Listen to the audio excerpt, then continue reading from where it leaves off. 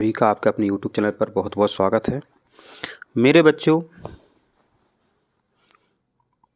Live video भी अपने चल रहे हैं और इस प्रकार से वीडियो भी आपको मिल रहे हैं। लाइव वीडियो में ये होता है कि आपको अपनी अंदर की छिपी हुई क्षमताओं का पता चलता है। आपकी याददाश्त कितनी ताकतवर है पता चलता है। आप कमेंट में जवाब देते हैं। तो इस वीडियो में आपके 50 प्रश्न रहेंगे। मास्टर वीडियो है, एक मास्टर वीडियो और आएगा। इसके अलावा आपको और कुछ भी नहीं देखना है, इसी से आपका पेपर बन जाएगा। हिंदी के 15 में से 15 आपके क्वेश्चन सही हो जाएंगे। यहाँ पर देख सकते हैं, आपका पहला प्रश्न है, मुफ्त का चंदन घिस मेरे नंदन किस भाषा की लोकोक्ति है। तो आपके पेपर में लोकोक्ति से हमेशा प्रश्न आता है, याद रखना है आपको। तो यह ब्रज भाषा की लोकोक्ति है। आपने सुना होगा, जब आप ब्रिज जाते हैं, ब्रिज की होली सुनी होगी आपने, तो नंद भगवान से आप सभी हम सभी आशीर्वाद प्राप्त करते हैं।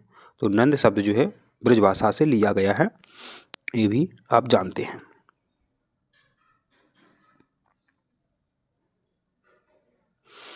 तो यहाँ पर आप देख सकते हैं, यह लोकोक्ति जो है ब्रज भाषा से ली गई है। इसका अर्थ है बिना मूल्य दिए लाभ उठाना।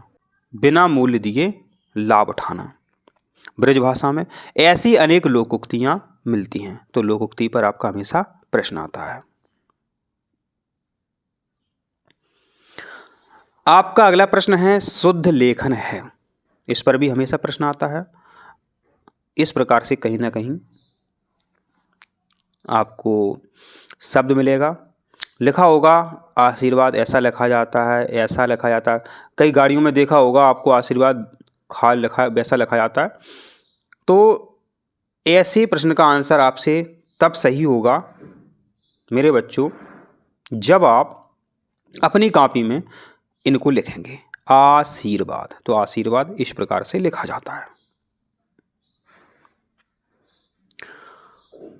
तो यहां पर देख सकते हैं, आशीर्वाद इस प्रकार से लिखा जाता है। ठीक है। तो जो शीर्व शब्द है, ये संस्कृत मूल का शब्द है। तो शुद्ध रूप याद रखना आवश्यक है पेपर में इससे। तो शुद्ध रूप आपको याद रखना आवश्यक है, इनसे पेपर में प्रश्न बनता है।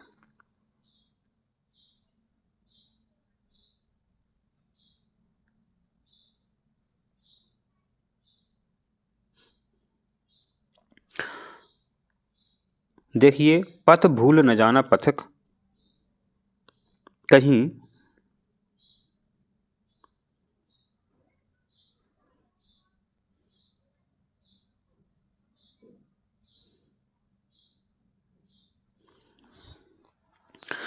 देखिए, पथ भूल न जाना पथिक कहीं किस कवि की रचना है। तो किस कवि की रचना है आपसे पूछी गई है। तो इसका कमेंट में आप जवाब दें। बिल्कुल आपका सही आंसर है, यह शिवमंगल सिंह सुमन की रचना है। यह शिवमंगल सिंह सुमन की रचना है, पथ भूल न जाना पथिक कहीं।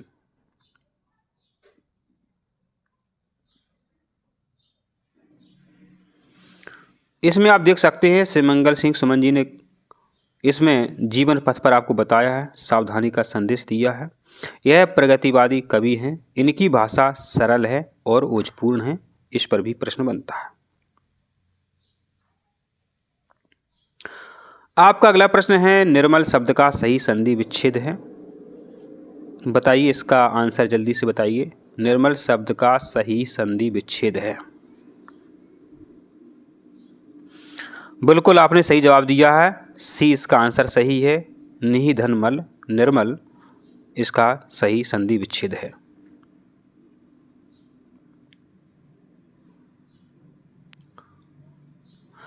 निधनमल यह विसर्ग संधि का उदाहरण है। ठीक है। निहि का विसर्ग माँ के साथ मिलकर लुप्त हो जाता है। निर्मल का अर्थ स्वच्छ होता है। संधि वाले प्रश्न आपके पेपर में बार बार पूछे जाते हैं। बताइए अब कि अपराजिता शब्द में उपसर्ग है, उप माने पहले, जो शब्द के पहले जुड़ते हैं। आधन पराजिता, आधन पराजिता।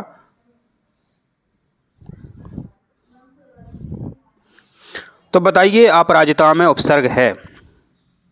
कमेंट में जवाब दीजिए। बिल्कुल सही, आपका जवाब सही है। आपने जवाब दिया है ए माने का।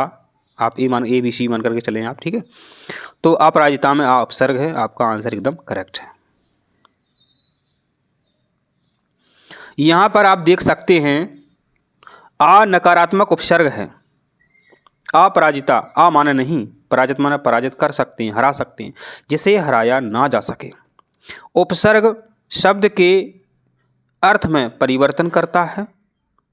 यह संस्कृत मूल का शब्द होता है। व्याकरण में उपसर्ग एक महत्वपूर्ण अध्याय है। उपसर्ग वे होते हैं जो शब्द के पहले जोड़े जाते हैं। प्रत्यय वो होते हैं जो शब्द के अंत में जोड़े जाते हैं।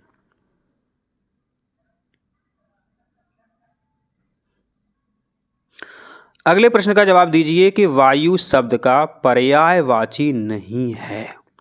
माने 4 में से 3 जो हैं वायु के पर्यायवाची हैं, एक वायु का पर्यायवाची नहीं है।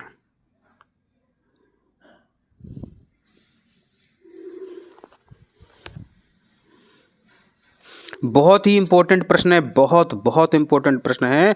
ये आपके पेपर में हर बार आया है।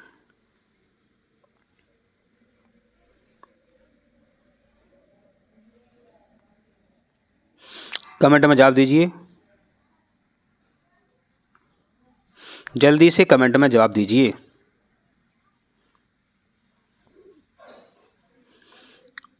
बहुत देर में आपने जवाब दिया। तो वायु का पर्यायवाची नहीं है अनल, ठीक है। इसको ऐसे याद रख लो, अनल, नल माने पानी, ठीक है। वायु माने हवा। तो जो अनल है ये वायु का पर्यायवाची नहीं है। यहाँ पर आप देख सकते हैं वायु का पर्यायवाची नहीं है अनल। अनल का अर्थ अग्नि से होता है, तो अग्नि के पर्यायवाची पूछे जाते हैं, अग्नि के पर्यायवाची भी पूछे जाते हैं। तो पर्यायवाची का मतलब होता है दूसरे शब्दों का वाचन करके उसे पुकारना।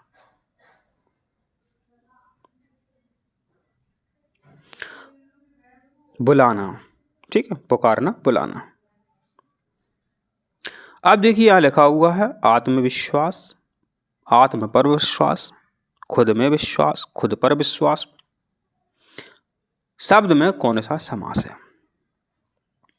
जल्दी से कमेंट में जवाब दीजिए। बिल्कुल आप लोगों का सही आंसर है, आपने जवाब दिया है ए द्वंद्व समास। बिल्कुल आपका आंसर सही है, आपने जवाब बिल्कुल आपने सही जवाब दिया है। आपका आंसर है द्वंद्व का मतलब होता है जिसमें दोनों पद प्रधान होते हैं। कौन सा समास है? तो आत्मविश्वास, खुद पर विश्वास। जब पर आ जाए, से आ जाए, के आ जाए बीच में संधि विच्छेद के बाद, तो वहां तत्पुरुष समास होता है, ठीक है। जैसे कर्ता, आपको विभक्ति चिन्ह पता होना चाहिए। कर्ता ने कर्म को करण से अपादान से अलग होना, संबंध का की किरारे, अधिकरण में पर। तो जो हम बाद में बोल रहे हैं शब्द के वो चिन्ह आ जाएं तो वो आपके तत्पुरुष समास के अंतर्गत आते हैं। तो जिसमें विभक्ति चिन्ह आते हैं मेरे बच्चों वो तत्पुरुष समास होता है। तो यहाँ पर आप देख सकते हैं आत्म पर आ गया तो तत्पुरुष समास है, ठीक है।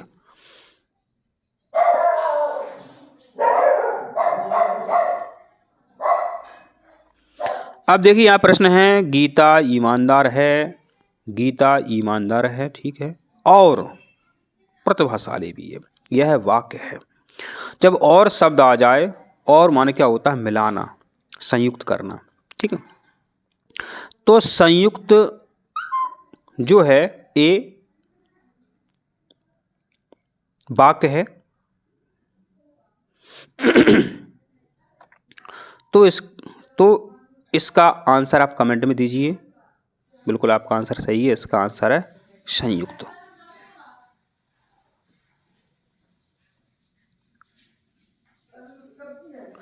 देखिए यहाँ पर संयुक्त वाक्य लिखा हुआ है। इस वाक्य में और जो शब्द है वो संयोजक शब्द है, और जब और जुड़ा हो तो वो संयुक्त वाक्य होता है।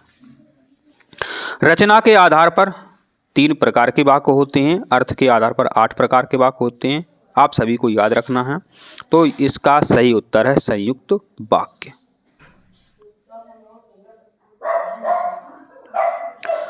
यहाँ देखिए आप, प्रश्न है कि धुआंधार जलप्रपात किस नदी पर स्थित है?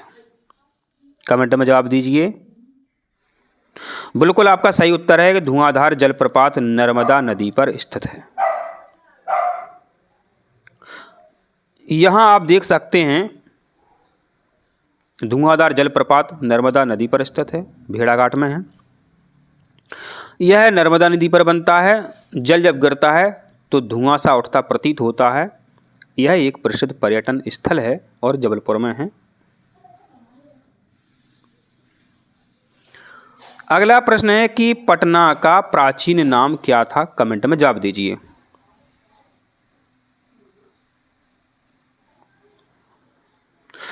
बिल्कुल आपने इसका सही उत्तर दिया है। पटना का प्राचीन नाम है पाटलिपुत्र। पटना का प्राचीन नाम है पाटलिपुत्र। देखिए यहाँ पे पाटलिपुत्र प्राचीन भारत की राजधानी थी, गलत है। पाटलिपुत्र बिहार की राजधानी थी।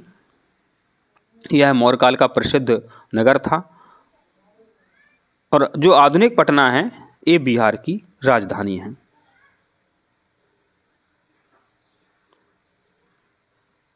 देखिए यहाँ पर पूछा गया है तत्सम शब्द है। तत्सम माने संस्कृत से लिया गया शब्द है। कमेंट में जवाब दीजिए। बिल्कुल आपने सही जवाब दिया है। इसका उत्तर है बी, प्रस्ताव। प्रस्ताव तत्सम शब्द है। पुष्प तत्सम शब्द होता है। तो आशा करते हैं आप अच्छे से तैयारी कर रहे हैं। यहाँ देखिए प्रस्ताव तत्सम शब्द है। तत्सम होते हैं ज्यों के त्यों संस्कृत से लिए जाते हैं, ऐसे शब्दों को तत्सम शब्द कहते हैं। परीक्षा में तत्सम तद्भव हमेशा पूछे जाते हैं। भेड़ाघाट पाठ के रचनाकार हैं। तो भेड़ाघाट पाठ किसने लिखा था? कमेंट में जवाब दीजिए। बिल्कुल सही उत्तर है आपका, माखन लाल चतुर्वेदी जी ने भेड़ाघाट पाठ लिखा था।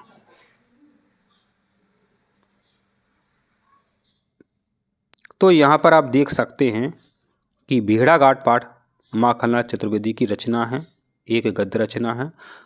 भेड़ाघाट पाठ में नर्मदा नदी के सौंदर्य का वर्णन है।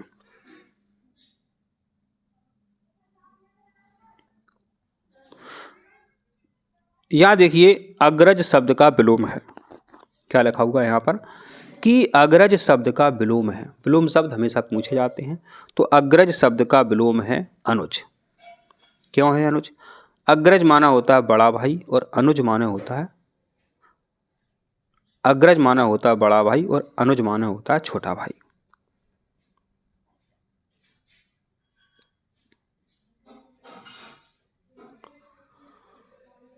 कवि शब्द का स्त्रीलिंग है। कवि, कवि पुरुष होता है। यदि कोई महिला कवि है तो उसको हम क्या बोलेंगे और उसका शुद्ध रूप क्या होगा? कमेंट में जवाब दीजिए। बिल्कुल आपका सही आंसर है, इसका आंसर है कवित्री। बी इसका सही आंसर है, कवित्री। पेपर में हमेशा प्रश्न इस प्रकार से आते हैं। देखिए यहाँ पे आप कवित्री लिखना सीख लो कॉपी में 2-3 बार, नहीं तो आपको याद नहीं रहेगा। उज्ज्वल भी लिखना सीख लो 2-4 बार, और आशीर्वाद भी लिखना सीख लो 2-4 बार, जिससे आपको पेपर तक याद रहेगा। प्रश्न है कि राकेश शब्द में कौन सी संधि है? तो राकेश शब्द में है अपनी गुण संधि। राकेश में है अपनी गुण संधि। गुण संधि की यह पहचान है, सिर्फ छोटी सी पहचान है। इस प्रकार की मात्रा मिल जाएगी। देखिए राकेश में इस प्रकार की मात्रा है, या फिर आपको इस प्रकार की मात्रा मिल जाएगी तो वो गुण संधि का उदाहरण निकलेगा। ठीक है, वो गुण संधि कहलाएगी, ये आपको याद रखना है।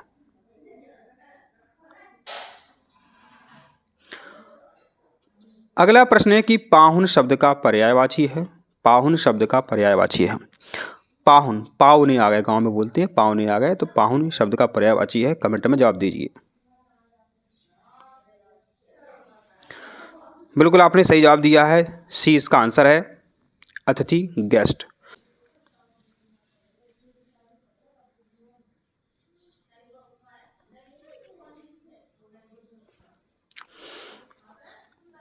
प्रभु जी तुम चंदन हम पानी, पंक्ति किस कवि की है? कमेंट में जवाब दीजिए। बिल्कुल आपने सही जवाब दिया है, यह कवि रैदास जी की रचना है। प्रभु जी तुम चंदन हम पानी, रैदास जी ने कहा था।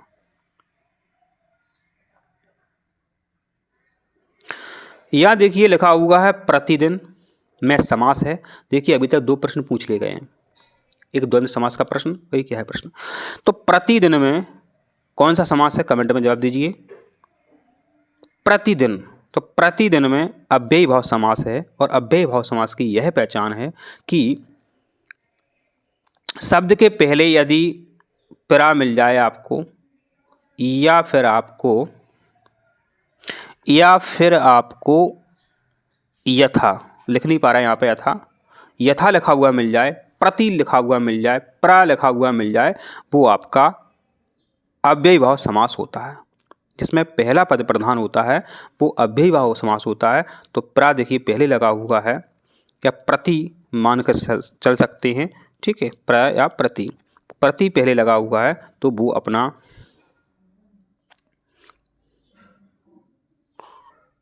प्रति पहले लगा हुआ है, देखिए यहाँ पे आप, तो वो अव्ययी भाव आपका समास है।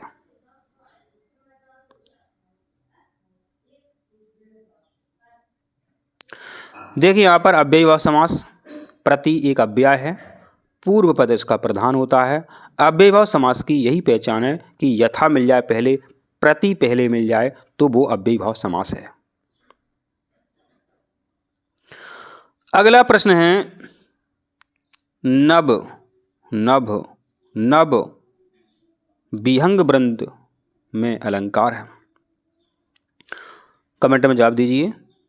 बिल्कुल आपका आंसर सही है, इसका आंसर है अनुप्रास अलंकार, बी इसका सही आंसर है, अनुप्रास अलंकार। देखिए यहाँ पर जो शब्द है प्रास माना होता है बार बार। जब किसी शब्द का पहला अक्षर बार बार आए, पहला वर्ण बार बार आए, वहां अनुप्रास अलंकार होता है।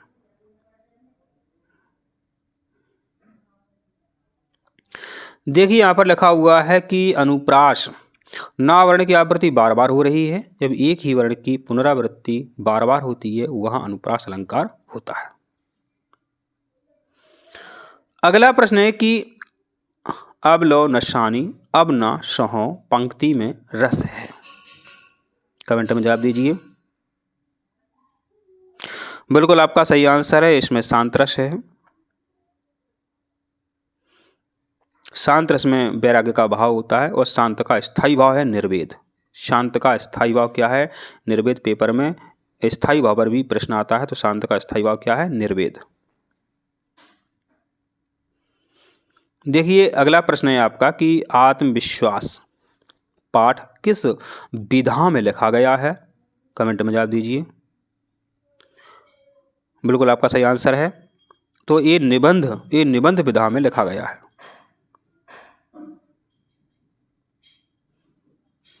पेपर में देखिए हमेशा प्रश्न आया है ऐसा कि शुद्ध वर्तनी है, हमने बताया था आपको, उसी से प्रश्न आता है आपका हमेशा, तो याद रखें आप। तो इसका डी आंसर है उज्ज्वल।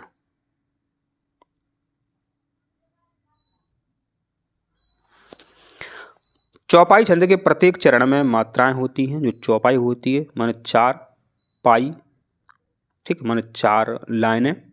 तो चौपाई छंद के प्रत्येक चरण में मात्राएं होती हैं। प्रत्येक चरण की बात हो रही है इस प्रकार से 1 2 3 4। तो चौपाई छंद के प्रत्येक चरण में मात्राएं होती हैं 16 16।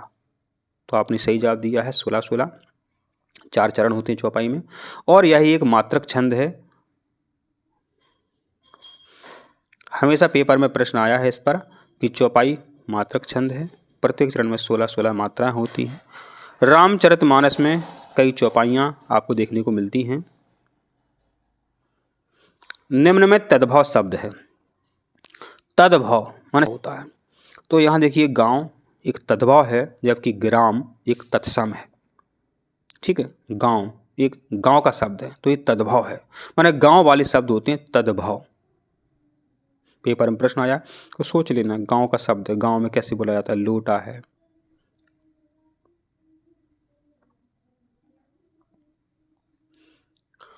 गांव एक तद्भव शब्द है, यह ग्राम से बना है। रूप बदलने से तद्भव शब्द बन जाता है। इसमें जो अन्य शब्द हैं वो सभी तत्सम हैं, इन्हें आप याद कर लें। यहां देख सकते हैं आपसे अगला प्रश्न पूछा गया, आयुध शब्द का अर्थ है, तो कमेंट में इसका जवाब दीजिए। बिल्कुल आपने सही जवाब दिया है,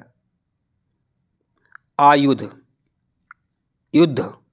तो आयुध का इस्तेमाल, हथियारों का इस्तेमाल होता है युद्ध में, तो आयुध शब्द का अर्थ है हथियार।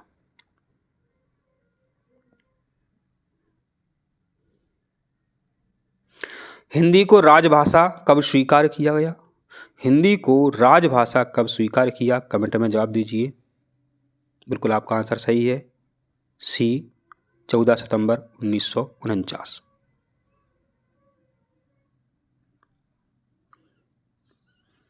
यहाँ पर आप याद रख सकते हैं, हिंदी दिवस इसी दिन को मनाया जाता है, इसी तारीख को मनाया जाता है।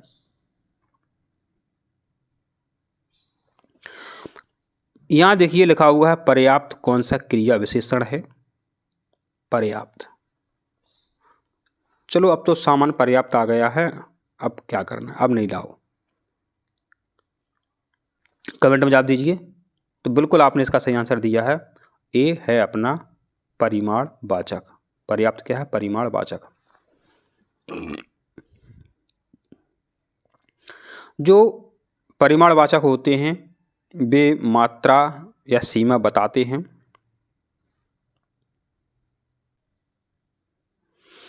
चलिए इस प्रश्न का आंसर दीजिए। अमृत शब्द का विलोम है अमृत, तो अमृत शब्द का विलोम है। बच्चे जल्दबाजी में क्या है, पीयूष भर देते हैं,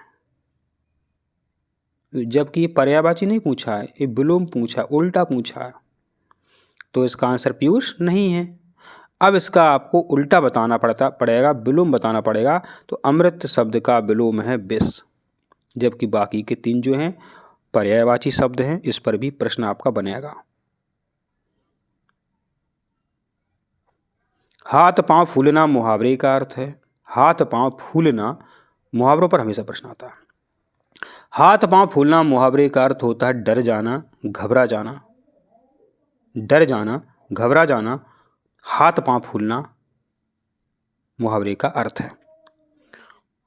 देखिए यहाँ पर लिखा हुआ है आपका, डर जाना मुहावरा घबराहट दर्शाता है। घबराहट में हाथ पांव फूल जाते हैं, बोलते नहीं अपन। वन का पर्यायवाची है, देखिए यहाँ पे वन का पर्यायवाची है, जल्दी से कमेंट में जवाब दीजिए।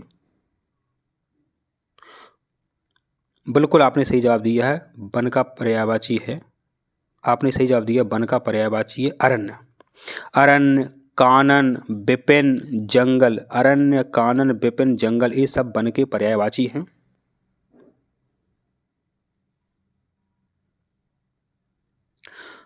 अगला प्रश्न है दौड़ना। दौड़ना शब्द किस भेद का है? तो खाना, पीना, रोना, हंसना, ये सब क्या है? एक क्रिया है। ये क्या है? क्रिया है। बहुत बहुत बहुत इंपॉर्टेंट प्रश्न है आपका। नील कमल में विशेषण है। विशेषण माने जो विशेषता बताए, जो विशेषता बताए। नील कमल, नीला कमल, तो कमल कैसा है? नीला है। ठीक है। चरण कमल, चरण कैसे हैं? कमल के समान।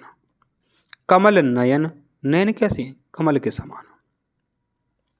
माने अच्छा ताजमहल, बुरा ताजमहल, अच्छा ताजमहल, माने जो विशेषता, अच्छा लड़का, अच्छे सब्सक्राइबर।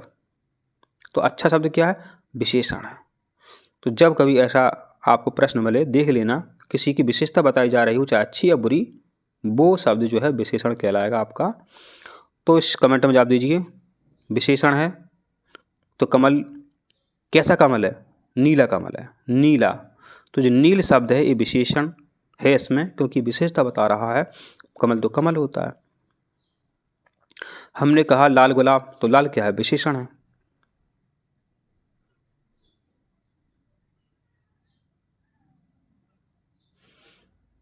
अगला प्रश्न है छंद किसे कहते हैं? तो निश्चित मात्राओं की रचना, यति, गति जिसमें हो। निश्चित मात्राओं की रचना जिसमें यति गति हो वह छंद होता है मेरे बच्चों। इसका सी एकदम करेक्ट आंसर है।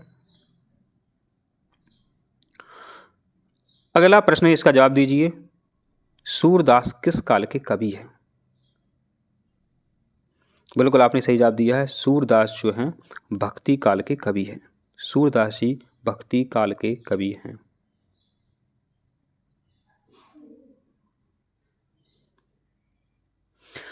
अगला आपका प्रश्न है कि हृदय भराना का अर्थ है। हृदय भराना, जब दुख होता है तो हृदय भर आता है, तो इसका सही आंसर है दुखी होना। इसका सही आंसर है दुखी होना।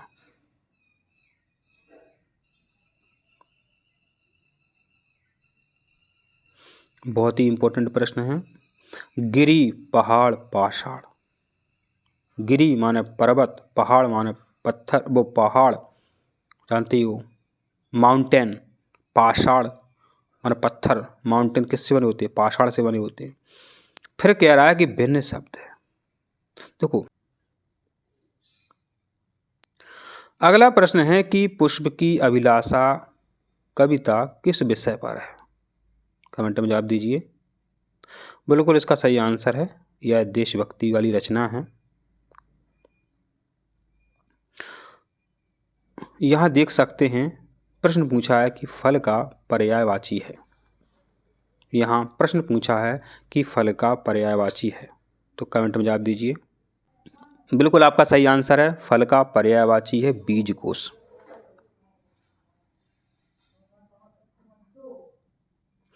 आपका अगला प्रश्न है विदेशी शब्द है, माने विदेश से लिया गया शब्द है।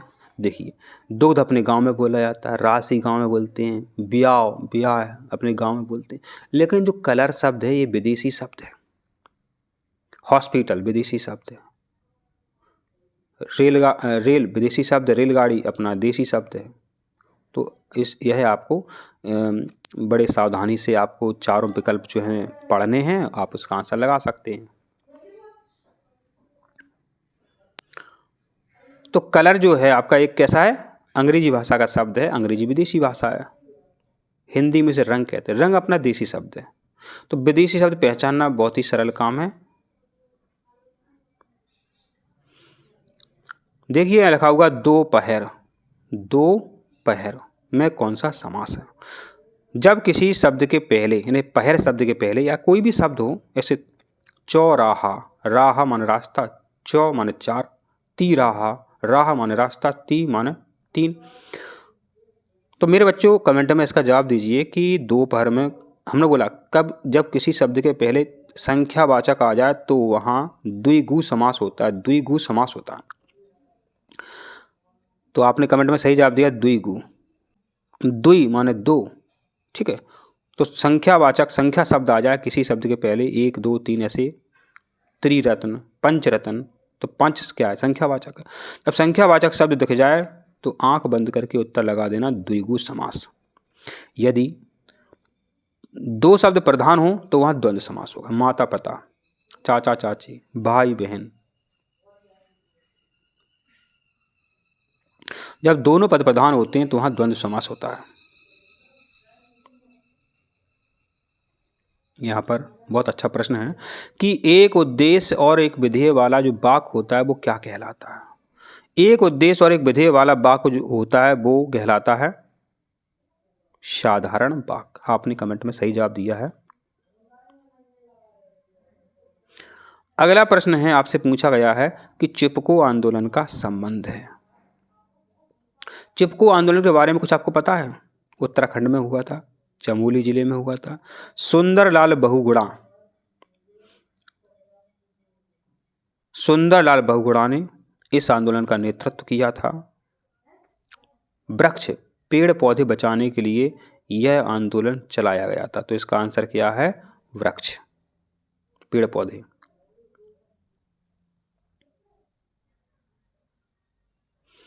यह पर्यावरण आंदोलन था।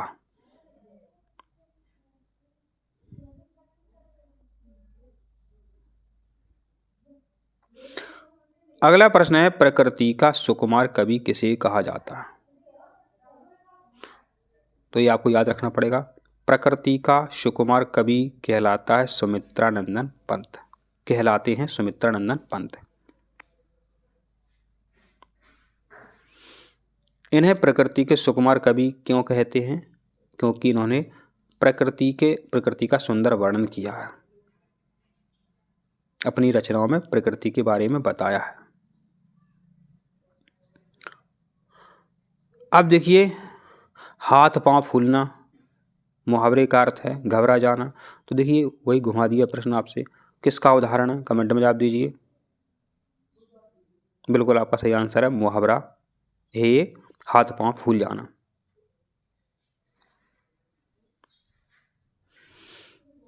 अब देखिए यहाँ कितना सरल प्रश्न है, घुमा दिया। चौपाई किस प्रकार का छंद है? अभी अपन ने ऊपर प्रश्न में क्या पढ़ा था? चौपाई एक मात्रक छंद है जिसके प्रत्येक चरण में कितनी कितनी मात्राएं होती हैं, ऐसा प्रश्न था? बिल्कुल था। तो चौपाई जो है, देखिए यहाँ पर लिखा हुआ है, चौपाई जो है एक मात्रक छंद है। ठीक है, मात्राएं गिननी पड़ती हैं, 16 मात्राएं होती हैं, 4 चरण होते हैं। प्रश्न है आपका कि निर्मला उपन्यास के लेखक हैं।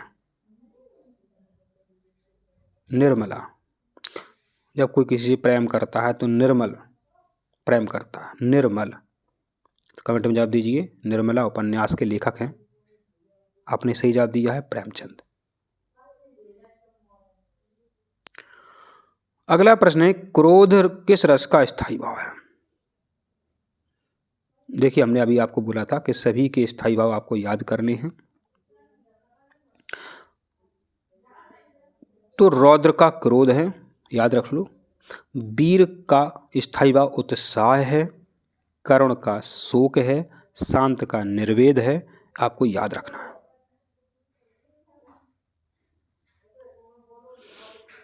अभी हमने बोला था, बताया था कि जाना किस शब्द का भेद है? खाना, पीना, रोना, धोना, हंसना, पढ़ना, हंसना, ये सब क्रियाएं हैं।